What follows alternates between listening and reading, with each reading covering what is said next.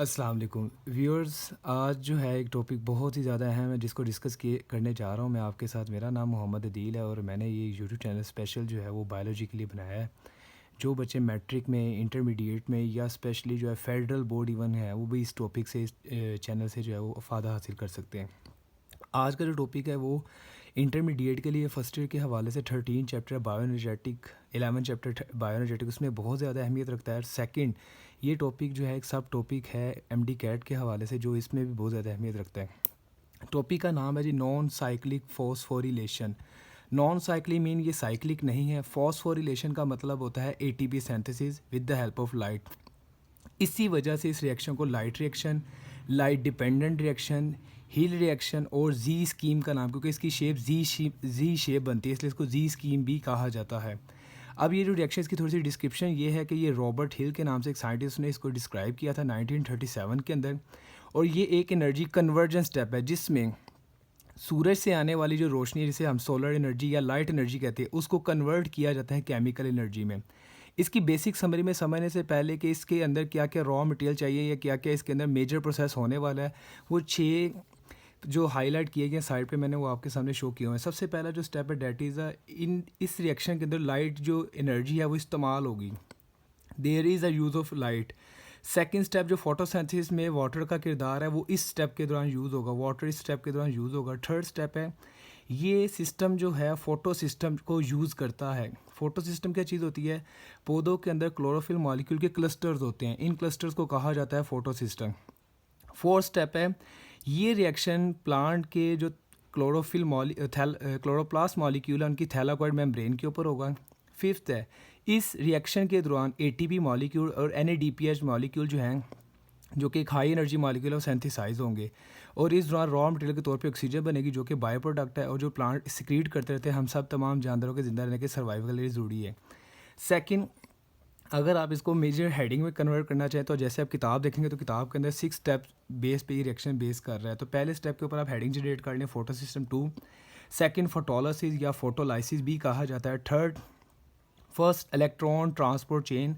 Fourth step का नाम है फोटो फॉस्फोरिलेशन। फिफ्थ स्टेप का नाम है photo system 1 and six step का नाम है second etc, electron transport chain. होता क्या है बेसिकली, जब जैसे ही सूरज की रोशनी जिसके अंदर फोटोन है वो इसके ऊपर फॉल करती है पौधों के अंदर मौजूद फोटो सिस्टम के ऊपर, सबसे पहले लाइट गिरती है फोटो सिस्टम 2 के ऊपर, जिसकी जो वेव लेंथ है लाइट को एब्जॉर्ब करने की डैट इज़ 680 नैनोमीटर। ये 680 नैनोमीटर की लाइट को एब्जॉर्ब करता है। अब ये इसके आसपास सारे के जो है ये एंटीना मॉलिक्यूल है, इसमें डिफरेंट तरह के क्लोरोफिल बी और कैरोटीनॉइड मॉलिक्यूल मौजूद होते हैं। जैसे ही लाइट इनके ऊपर होती है, लाइट इनके इलेक्ट्रॉन को एक्साइट कर देती है और ये इलेक्ट्रॉन इससे निकल के बाहर प्राइमरी इलेक्ट्रॉन एक्सेप्टर की तरफ मूव कर रहे होते हैं।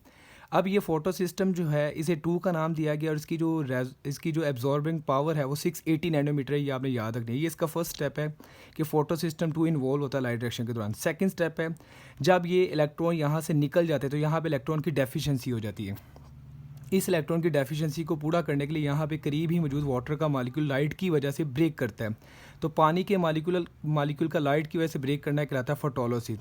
अब फोटोलाइसिस में क्या होता है, जो इलेक्ट्रॉन है वो क्लोरोफिल मॉलिक्यूल्स के पास जाके उसकी डेफिशिएंसी जो उसका होल है उसे कंप्लीट कर देते हैं। बाकी 2 प्रोटॉन है वो साइड पे निकल आते हैं, 2H पॉजिटिव आयन, जो कि बाद में आगे चल के NADP को रिड्यूस करने में इस्तेमाल होंगे। और साथ में हाफ मॉलिक्यूल ऑक्सीजन का होता है, जो कि मज़ीद हाफ ऑक्सीजन के मॉलिक्यूल से मिलकर मॉलिक्यूल ऑक्सीजन बन के बाहर निकल आता है रिएक्शन से। थर्ड स्टेप है फर्स्ट इलेक्ट्रॉन ट्रांसपोर्ट चेन।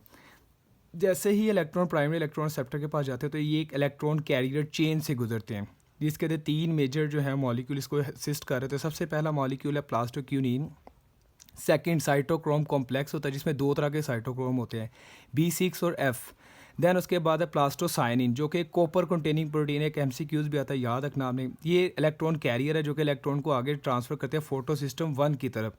तो जब यहाँ इलेक्ट्रॉन यहाँ से फोटो लाइसिस में बनने के नीचे में जो इलेक्ट्रॉन है या दूसरे जो इलेक्ट्रॉन है यहाँ से कैरियर चेन से आगे मूव करेंगे, इसी दौरान ये इलेक्ट्रॉन की मूवमेंट ATP जनरेट करेंगी फ्रॉम ADP।